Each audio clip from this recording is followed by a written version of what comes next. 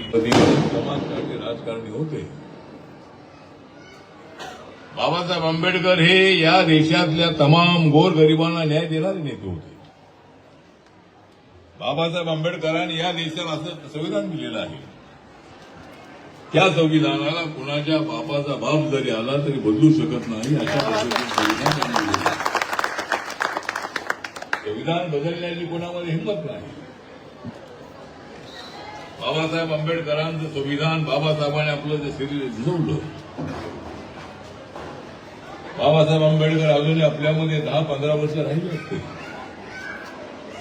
बाबासाहेब आंबेडकर या देशाचे प्रधानमंत्री सुद्धा होऊ शकले असते. आणि बाबासाहेब आंबेडकरांचा जो रिपब्लिकन पक्ष अगोदर ते शेड्यूल कास्ट चालवायचे, शेड्यूल कास्टच्या मतावरती निवडून येणं अशक्य असल्यामुळं बाबासाहेबांनी रिपब्लिकन नावाचा पक्ष स्थापन करण्याची भूमिका घेतली. पण बाबासाहेब आंबेडकर साहेब असेपर्यंत आरपीआय स्थापन झाला नव्हता.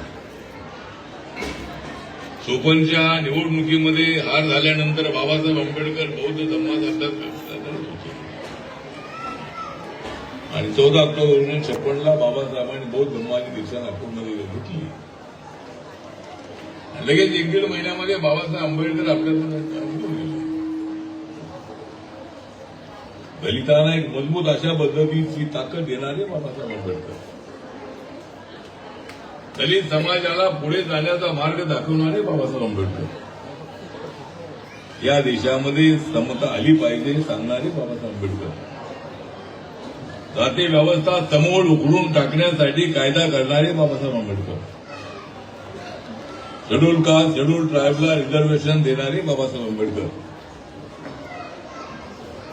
आणि सर्व जाती धर्माच्या माणसांना एकत्र आणणारे बाबासाहेब आंबेडकर, सर्व धर्म सर्व भावाची शिक्षा देणारे बाबासाहेब. त्या बाबासाहेब आंबेडकरांचा आम्ही रिपब्लिकन पक्ष चालवत आहोत.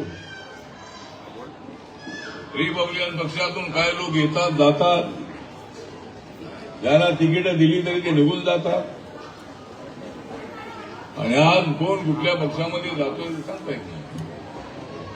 काल आमच्यासोबत असतात, आज दुसऱ्या पक्षामध्ये असतात. बाबासाहेबांचा रिपब्लिकन पक्ष मजबूत तुम्हाला करायचा आहे की नाही? बाबासाहेब आंबेडकरांच्या विचाराचा रिपब्लिकन पक्ष नागालँडमध्ये, मणिपूरमध्ये, मिझोराममध्ये, आसाममध्ये, त्रिपुरामध्ये, सिक्कीममध्ये, अरुणाचल प्रदेशमध्ये आणि अनेक राज्यामध्ये रिपब्लिकन पक्ष जाऊन पोहोचलेला आहे. एवढंच नव्हे तर रिपब्लिकन पक्ष अमेरिकेमध्ये सुद्धा आहे.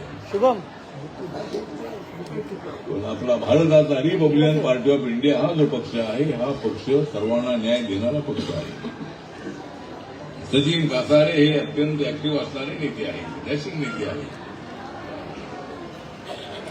अमित तांबे आमचे जिल्ह्याचे अध्यक्ष आहेत, ते तर आमच्यासोबत आहेतच आहे. बाकी सगळी टीम आमची वार्डाची, तालुक्याची, जिल्ह्याची टीम या ठिकाणी उपस्थित आहे. आणि सचिनला निवडून देणं म्हणजे बाबासाहेब आंबेडकरांच्या विचाराला निवडून देण्यासारखं आहे. आशिष लवकर लवकर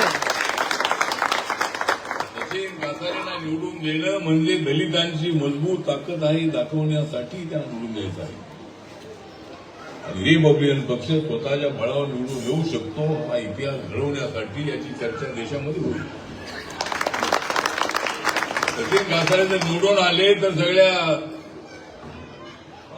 ऑल इंडियाच्या न्यूज पेपरमध्ये बातमी येईल की रिपब्लिकन पक्ष स्वतःच्या बळावर एवढ्या जागा लढला आणि 2-4 जागा आमच्या पक्षाने निवडून आल्या. ही बातमी साऱ्या देशामध्ये छापली जाईल. आणि त्यामुळं आपण सर्वांना नम्र विनंती आहे की कप बसली आहे, त्या प्यारीत असेल तर कप बसली प्रत्येक माणसाच्या घरामध्ये आहे. कुठल्या माणसाच्या घरामध्ये कप बसली नाही तर हातवर करा. तो माणूस छोटा असेल, मोठा असेल, मध्यमवर्गीय असेल, तरी असेल, चहा पिल्याशिवाय माणसांना म्हणजे अनेक लोक चहा पितात आणि चहा पिण्यासाठी कप बसण्याची नितांत आवश्यकता असते. ग्लासमध्ये चहा घेतला तर तो चहा घेतल्यासारखा वाटत नाही. कपशीमध्ये आपण शाप घेतो. तरी कपशी आपलं सिम्बॉल आहे आणि या सिम्बॉलचं बटन 15 तारखेला तर दाबायचं आहे. रिपब्लिकन पक्षाचे उमेदवार म्हणून सचिन कासारे या ठिकाणी उपस्थित आहे. बाकीचे लोक या ठिकाणी येत असतील, सांगत असतील, आम्ही सुद्धा बाबासाहेबांना मानतो तर माना. बाबासाहेबांना मानायचं असेल तर माना, पण आपण रिपब्लिकन पक्षाला बाबासाहेब आंबेडकरांचा आरपीआय आहे. घराघरातली म्हणत आहे आमची बाय, बांद्र्यामधली म्हणत आहे आमची बाय, निवडून येणार आहे कपबशीवाल्यांची आरपीआय.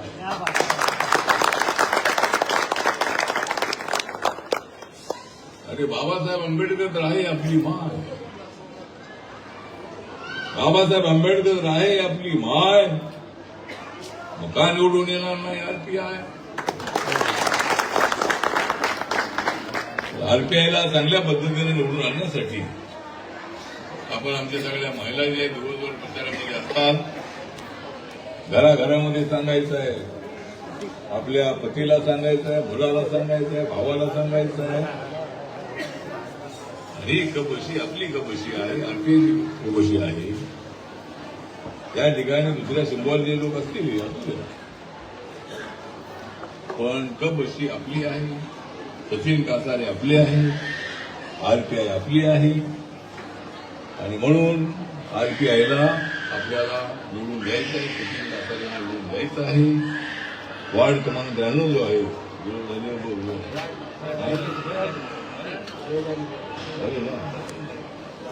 म्हणजे सभेची वेळ झाली, पण आता तुझी निवडून येण्याची पण वेळ जवळ आलेली आहे. त्यामुळं सचिन तू निवडून ये आणि मुंबई महानगरपालिकेमध्ये आवाज उठव, एवढीच अपेक्षा करतो. नमो बुद्धाय, जय भीम.